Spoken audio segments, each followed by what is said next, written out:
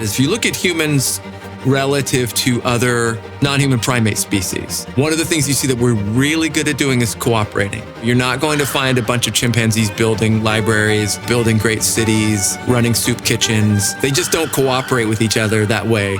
No other species is within kind of remote evolutionary proximity to humans is as predictably cooperative as our species is. It's probably been a big secret to our success. We can join forces with others to build things that we couldn't build on our own.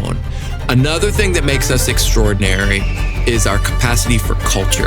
We develop beliefs, folkways, norms, ways of dressing, ways of eating, ways of cooking, beliefs about how the world is put together. We don't have this stuff genetically encoded in our heads. We transmit it from one individual to another.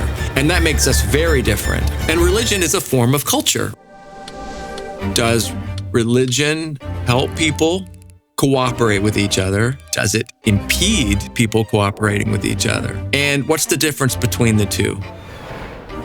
Answers to these questions about whether religions are doing something for people, whether it's helping and harming, part of the problem, part of the answer, those are inherently large questions because our species is old and diverse. So you could take like Hume's discussion of billiard balls, where the trajectory of one ball getting struck by another ball is going to go a certain way or something, or that the ball will move given that intervention. However, it's a fairly obvious case where the ball's not going to move if you don't do anything, right? So what we're after is what the ball would have done given certain circumstances. We simply can't measure one state versus another. So we have to make sense of this question with enough variation that exists out there. Religion is a species property. It's everywhere, and it manifests in variation everywhere.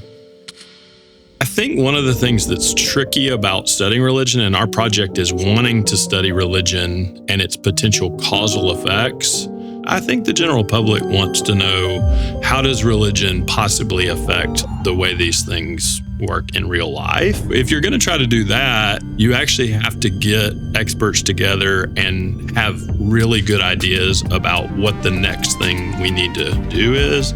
We have these tools that exist out there, but we have to start rethinking how we go about getting our studies. Sometimes the experimental context, the things that we're interested in exist outside of the lab, and it's difficult to manipulate this. So we're going to have to come to terms with our current empirical toolkit's inability to tap into these questions. So I think that's where the biggest progress lies in the future.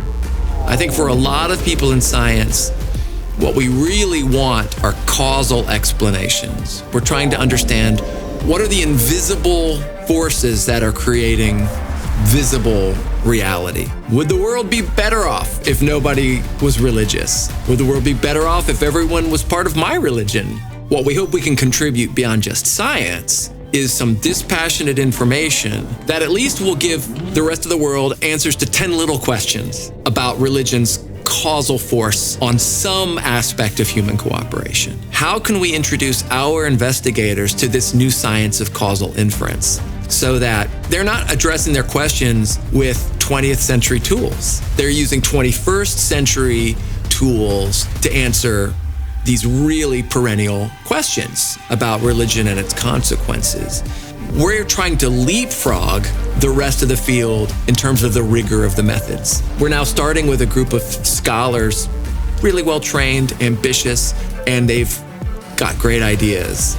We're building a community. I think SCORE's trying to do something that's really challenging. They're trying to take literatures that are pretty well developed and think about a plan that in 30 years we'd look back and say, oh, we made significant progress. Hopefully, one of the indirect effects of our project is that there are going to be another 100 scholars out there who are going to be able to study these perennial questions for the rest of their careers.